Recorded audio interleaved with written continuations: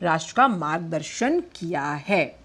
और ये वो पल जब लचित बोरफुकन को श्रद्धांजलि और शौर्य की प्रतिमूर्ति वो रहे। अब उनकी प्रतिमा का अनावरण किया गया प्रधानमंत्री द्वारा।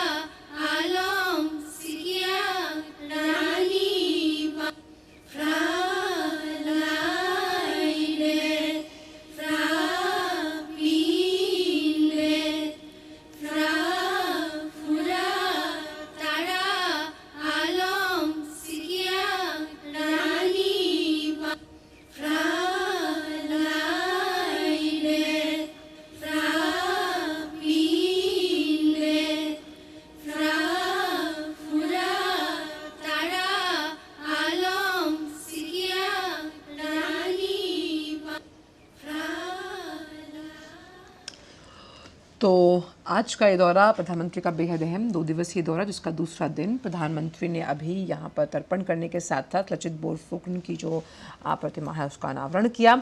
और साथ ही कैसे लचित बोरफुकन ने ये दिखाया कि कट्टरता और आतंक की ताकतों को नष्ट करने से ही भारतीय